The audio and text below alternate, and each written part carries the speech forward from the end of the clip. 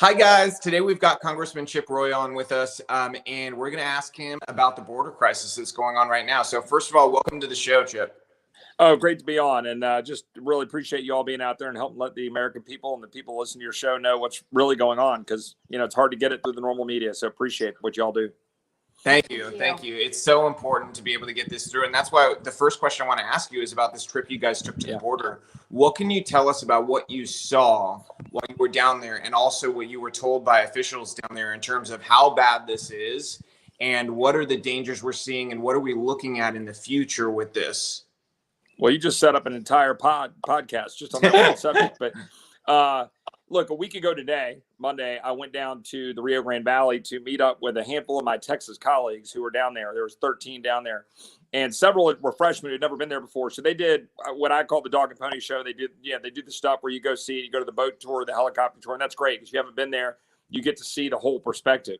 I've been there a bunch over the years as a staffer before I was in Congress, multiple times as a member of Congress. I went to Laredo 3 weeks ago today, and then last week went to McAllen with these colleagues, and I just went and basically parked at the river, and because I want to sit there and see the traffic, see who's coming across, and then talk to them. I can speak Spanish enough to get by. I wouldn't, go sell my translation services, but I can go figure out what's going on and speak in my broken Spanish and know what's going on. And so I like to talk to them directly. I go down there often with media or people who know what's going on, either Border Patrol union guys, or in this case, I was with a reporter from Breitbart. And so we went down, sat on the river. I saw about 50 or so migrants who were coming across the river that night, and talked to a large number of them just to see where they're from, what their story is, what their experience was. And really what you get is the unvarnished truth from them, except it's all framed in what they've been told to say by the cartels. So you can ask individual group members who have not talked to each other, and you get the same words, the same phrases, the same responses to questions. Oh no cartels, right? Oh, the military and the police are all corrupt and bad. And of course, that's probably true, but they're being told to say that by the cartels, and then they come across. But when you ask them why they're coming, they can't explain asylum because they don't know the laws in our country. So you ask them, and you'll see there was a video on Breitbart where I'm sitting there having an interview with several migrants there. And I asked the boy, why are you coming? And he went through a long narrative, and it was all about economic opportunity, coming here for jobs, coming here because conditions are not economically great in his home country, which in that case was Honduras. So what you hear is that's not asylum under our laws, right? This is an economic opportunity. And I don't blame them. I don't blame any one of the migrants looking to come to our country. I would probably do the same. God bless them on their journey, and truly God bless them, because this is the truth. So many people are abused on the journey. The cartels have control of the border. In Laredo, in Nuevo Laredo, the Cartel del Noreste, which is a faction that spun off from Los Zetas, they make almost $11 million a day moving human beings and narcotics through that sector in Laredo. The Reynosa faction, the Gulf Cartel, they're the ones really owning that part of the border closer to the Gulf of Mexico, where they're running everybody through McAllen. So what you have is a situation where human beings are being sold into modern day slavery for profit for cartels, all in the name of compassion. Now, I'll give you one last story on this, and then I can get any details on the numbers you want. I was talking to the district attorney of Boerne, Texas. That is a suburb of San Antonio, a nice suburb of San Antonio. It's in the district I represent, northwest of San Antonio. They just had numerous stops. Some I can't talk about yet because they're not public, but the one I can talk about, 5 illegals were in a car driven by an American citizen employee of the Cartel del Noreste. They were moving those 5 to a stash house in Houston, where they were going to be put into indentured servitude. That could be sex trafficking, that could be human trafficking for labor, basically modern day slavery. And one of the boys that we were able to talk to had paid $4,000 to go to what he thought was California to pick grapes in a vineyard. But the cartel said, nope, that's not enough. We're putting you in this group, and we're sending you down to Houston, and you'll be in this stash house being held captive until you pay off your ransom. That is what is happening in America, y'all. And we're saying that this is all somehow good for the immigrants, and it's not. It's actually endangering American citizens who are getting their ranches run over. They're getting broken into, high-speed chases, fences driven over, people getting harmed. And then immigrants are endangered because the cartels are using them as basically profit centers. And I talked to a 7-year-old little girl, y'all, 7 years old, by herself. She was making the journey by herself. There was a 12-year-old boy that was with her. And I said, where did you hook up with this young girl?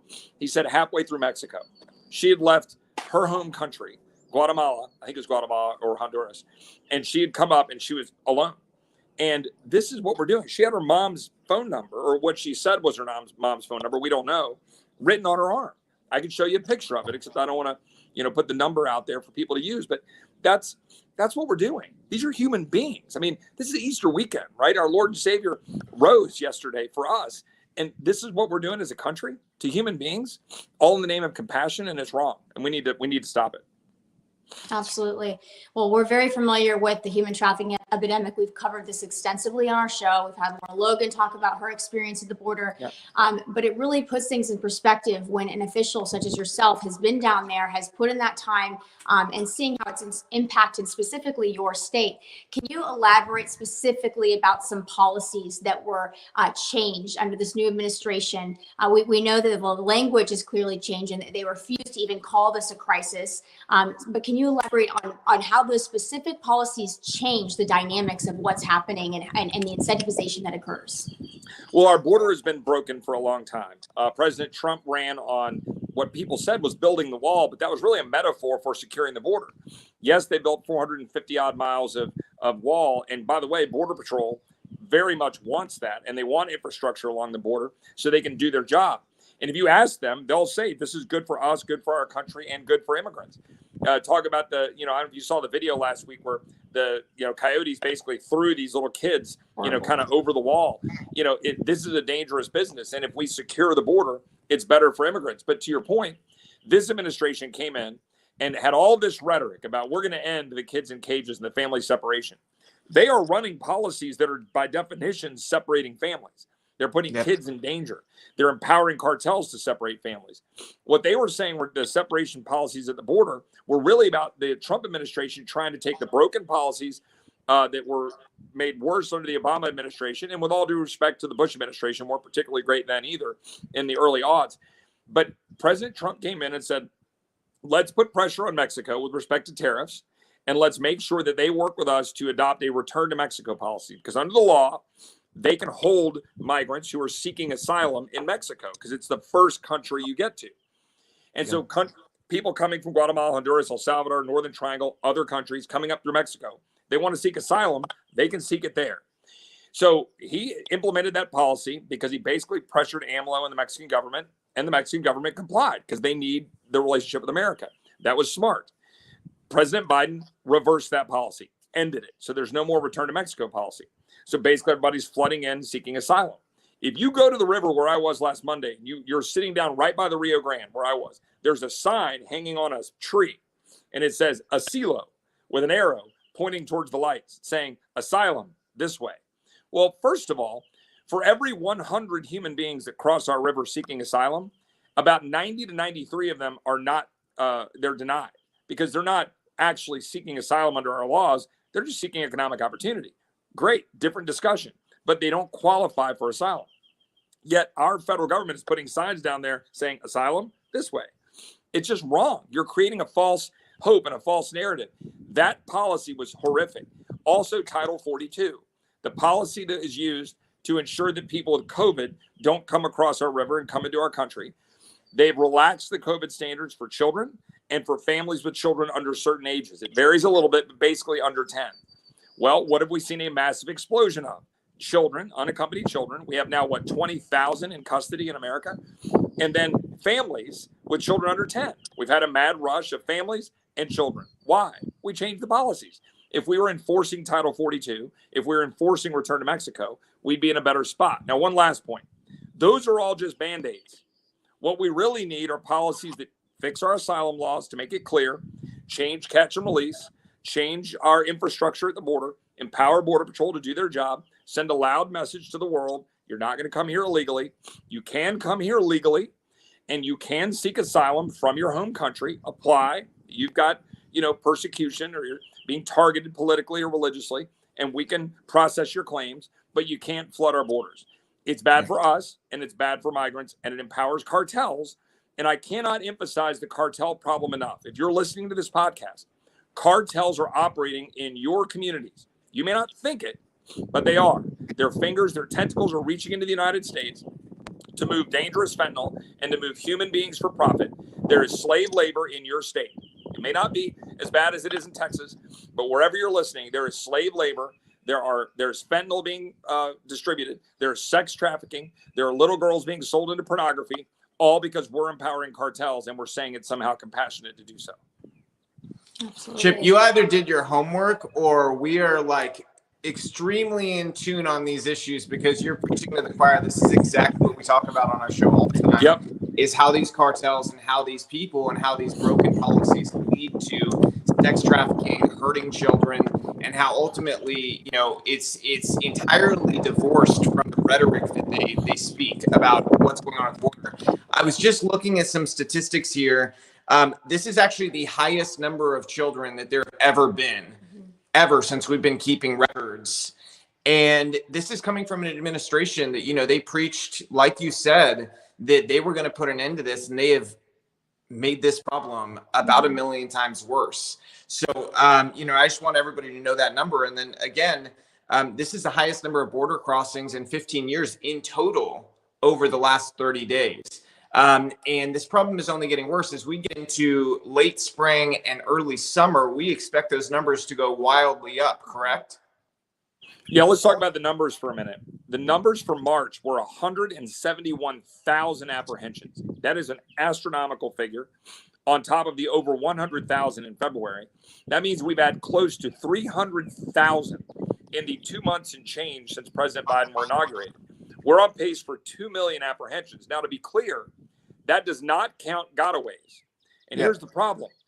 The apprehensions are almost always, not fully, but almost always, people that aren't really as big of a danger to us. They're usually families or people seeking, jobs, or, somebody seeking a way to get in here and go live with a family member or whatever, or they're being abused by cartels and then they're put into, it's bad for them. But the people that are gotaways, of which there are thousands of gotaways every single month, upwards of 20 to 30% of your apprehension numbers, you can assume you've got that many that are coming through on gotaways. Those are your drug runners. Those are your dangerous people. Those are the people who aren't coming in the light of day. They're coming in the middle of the night between ports of entry while our Border Patrol operatives are so busy running processing centers. So when I was in Laredo 3 weeks ago today, I was down on the border, and literally while I was standing there doing an interview with my friends at Breitbart, Ildefonso Ortiz, right behind me, 5 illegals came across the river. 2 got caught by Border Patrol, all right, when we're on video, and then 3 ran back across the river. I'm sure those 3 came right back across. We had just met with a Border Patrol agent a few miles down the river, and in the one area where he has a 3-mile area he was policing that day, he was the only guy. They'd gotten a video surveillance that there was narcotics being run up by a storage unit right on the river. There's no fencing and there's no roads to navigate the river there. They're literally just kind of walking through hilly terrain or driving down a few bumpy paths, and then he hit obstacles. He went over to go try to track down this guy who was carrying a big bag, clearly full of narcotics, almost certainly, and he couldn't get to him in time. He's the only guy in a 3-mile stretch with no road that he can run along the river. This is what our Border Patrol agents are dealing with, and their morale is going down, and it's getting difficult for them to operate, but the numbers are overwhelming. This is why the administration is, put out a call for volunteers to come down to help with processing. But it amazes me that Mayorkas and the president and the press secretary are out there saying, oh, there's no emergency. Yet they've got the Federal Emergency Management Agency running a facility for 500 kids in Midland. Of course it's an emergency. There's 2,000 kids in Dallas, 300 at Laughlin Air Force Base in San Antonio, 500 at the Civic Center in San Antonio, 952 at Carrizo Springs, 5,000 or so in San Diego. The 500 I already talked about in Midland at an old man camp. It's unbelievable what's actually happening at our border. And I can't overstate enough, and we don't talk enough about the impact on small Texas towns in South Texas. Law enforcement, break-ins, people afraid to go out on their ranches, high-speed chases, which endanger citizens down there, and the extent to which I get calls every day by ranch owners in fear because of what's happening and how much the cartels have control down there. It's so bad that even a couple of your fellow, they're Democrats, but a couple of Democrats down in Texas that are in those border areas, even they have spoken up and said, essentially, this is broken. We need to fix this. This is not. No, you're right. The mayor of Del Rio, a Democrat, has said, hey, guys, President Biden, don't do this. My colleague, Henry Cuellar, he and I have jointly introduced a bill to require a road to be built and cane cleared along the border to help Border Patrol see the river and navigate it. Vicente Gonzalez has spoken up. There have been other Democrats that have spoken up. The bottom line is anybody with the ability to see understands this is a problem. It is only partisan media, the president's administration, and hardcore partisans in Congress who refuse to acknowledge the reality of this crisis and what it means for our country. Absolutely. And again, the migrants who seek to come here. I'm particularly, upset at Mayorkas because my family's from Cuba too, just like his is. And the fact that he has conflated, people coming here when their government is trying to kill people for political opposition or throwing them in prison with economic migration, he tries to conflate those things as the same, and they're not. And so that's something that I have a real problem with. But I want to tell you a story I heard from a CBP official. There was a video that's going around, went viral, where he said, there was a nonverbal young girl. She was less than 10 years old, and she needed some medical care, and they were trying to get her to talk. And finally, they got her to talk, and they found out, and through, I guess, the medical examination, she had been gang raped. And this is a little girl. We have our oldest daughter's 12. So this is something, I don't get emotional about a lot of things, but I started to cry listening to this story. Because this shouldn't be happening to anybody. And, my question is, number one, what single thing can we do with the Democrats holding the House and essentially, having the ability in the Senate to hold anything up that we would like to do, and the White House? What can we do? But secondary to that, I also want to ask you, where is AOC? Where is she? She did a photo shoot. Kamala Harris, it's been 12 days, right, since she's been in charge of going down there. She hasn't gone down there. She hasn't made a statement. But AOC did her photo shoot at the border, when Trump was president, and there was 4 times less children there than there are now. And I'm wondering if in the halls of Congress, there's discussion of where are these so-called progressives who were saying these were concentration camps, that now that their guys in office, it's much worse. Well, this is a great question. I don't know if you can see. I think you can. You can see that little girl. Yeah. That's the girl that I saw on the border, 7 years old. Okay. And she was by herself. I don't know what happened to her on that journey. The young man that was with her, like 12 or 13, seemed to have good intentions. He seemed big brotherly. I want to believe and pray, literally pray, that he and some others were looking after this young girl. And some make it through okay. But we know many don't.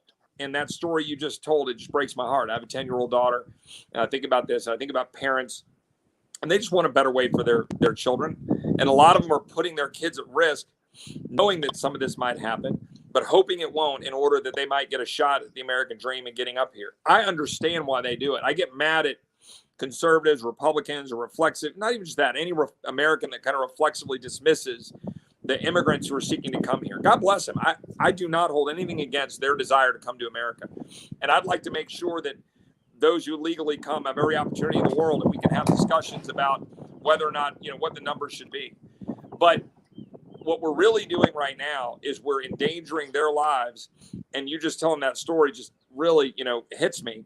But also, did you see the president of, I think it was El Salvador, on Tucker Carlson, I think, 3 weeks ago, saying my country's getting decimated. And it's getting decimated because there are narco-terrorist states in Mexico. We're having all of that extend into the Northern Triangle. They're losing manpower and labor. They're losing brain drain, people leaving. Now, part of that's their fault. I don't know much about, and I need to learn more about the specifics of the president and what they're doing in these different countries. But I know that our policies in America ought to be to build up Mexico and the Northern Triangle and Central America and South America. We ought to have a really robust and strong Western Hemisphere for our benefit and the benefit of these millions of people in our hemisphere. And oh, by the way, to push back on China. Let's make this the model of what we want to see, where there isn't slave labor, where people are treated fairly, where we root out corruption and crime, where we knock out cartels, where we target them. I reintroduced legislation last week to designate specific cartels, or maybe I'm going to do it this week. Anyway, sometime soon, as foreign terrorist organizations. Good. These cartels that are targeting these people, targeting our borders, targeting our country, creating civil unrest, and targeting political influence in Mexico and Central America. They are essentially terrorist organizations, and we should treat them as such. We should think about them in the same way as we think about ISIS and Al-Qaeda and so forth halfway around the world. These folks are literally operating on our border and have tentacles into our country. So we need to take this seriously. We need to address it the right way. And in terms of what we can do in this political climate, I agree with you. I mean, you know, the president goes, well, Vice President Kamala Harris is going to be in charge. Well, you've got 3 cabinet level secretaries that are supposed to be in charge, and they're failing because your policies are broken and you're being pigheaded and burying your head in the sand.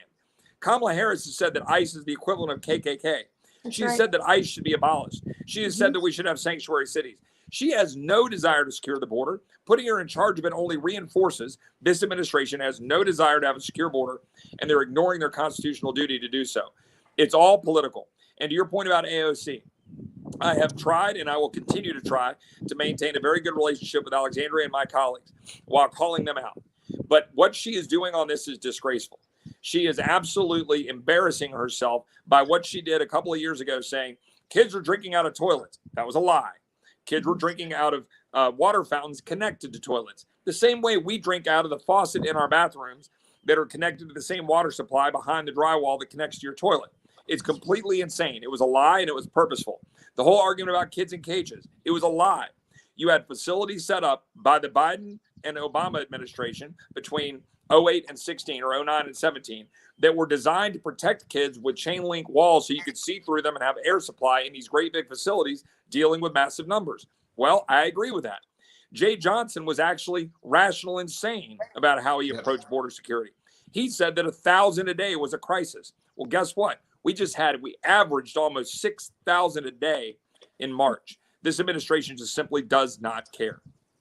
Absolutely. What have your colleagues said? Have you asked them about, what we're planning on doing with all of these children? I mean, our foster care system is broken. Our child welfare system is inundated. What is the plan here, the long-term strategy for these children that are unaccompanied minors? Well, unfortunately, what we're seeing by what I'm being told, of course, we don't get briefings the way we should or be able to dive into things in hearings. We don't even hold hearings anymore. Congress is a complete joke. We barely even, do anything other than go to Washington and vote. And half my colleagues don't even do that anymore. They just go at home and they give their vote by proxy to their colleagues.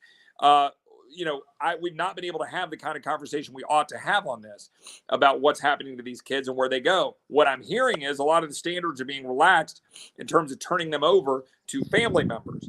But in truth, they may not be family members because we're not doing as much background and investigation as we should into them. But even so, what's going to happen is they're going to be caught and released. Here's the dirty secret. When the numbers go down in these facilities, they will. Whether it's Carrizo Springs, San Diego, Dallas, any of these facilities that have popped up, those numbers will go down. And they'll go down not because there's no longer flow. They'll go down because they're catching and releasing faster. That's the truth. The goal of this administration is to catch and release faster and allow that flow to continue. And then also to legalize. Yes. That's the ultimate goal. And I really do believe it's crass politics. When they see immigrants coming with a Biden sign or Biden T-shirt on or whatever, they view it as crass politics to bring people in and pack political numbers. Meanwhile, people are being abused when they're trying to buy off voters. I don't even accept that Hispanics who want to come here and to seek the American dream aren't essentially conservative, then we won't win them over to our side.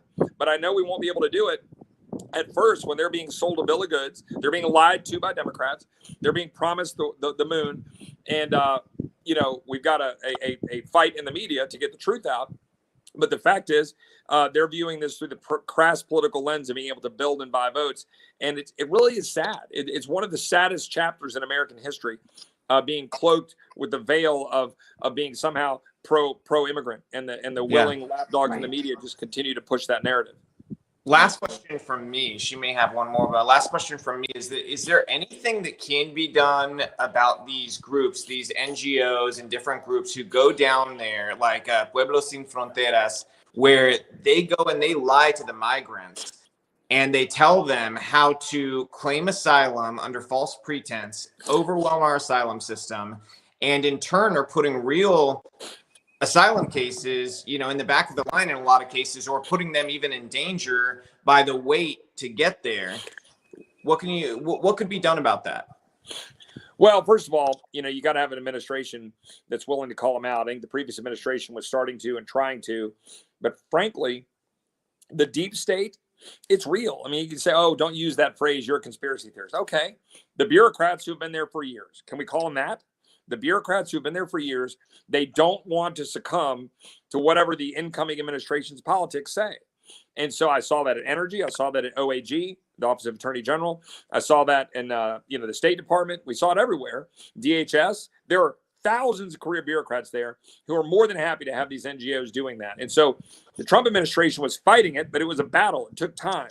They were starting to get some victories. Of course, now this administration is all too happy to work with NGOs that are using these systems to, perpetuate their agenda. Gone is any notion of sovereignty and the rule of law. And instead, it's all a political, kind of worldwide governance sort of view of the world. And it's all naive. It's all missing the point that you're empowering people who are dangerous and entities and organizations and this narco terrorist state. By the way, we're not even talking about China and how much we're empowering China. We're not talking about the fact that with that crazy dude who had a sex craze, whatever, killed those 8 women in Atlanta. How about the fact those 8 women are basically in indentured servitude and brothels in these massage parlors? Why aren't we talking about that? You want to be pro-Asian? How about target this nonsense, target the criminal element, push back on China, stop having China abusing our policies where you're native born and you come to this country and you get citizenship, and actually hold the line. The previous administration wanted to do that. This one doesn't. So the answer is you got to elect people who are willing to stand up for the rule of law.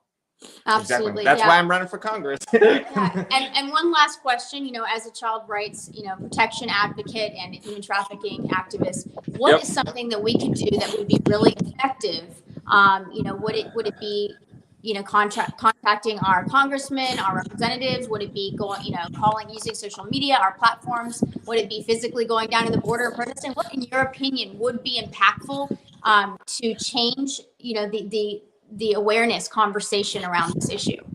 The best thing to do right now is use every platform like you're doing right now. Have more people on, talk about it everywhere you go. Let people understand that human trafficking is real. It's not just sex trafficking. It's labor. It's all of it.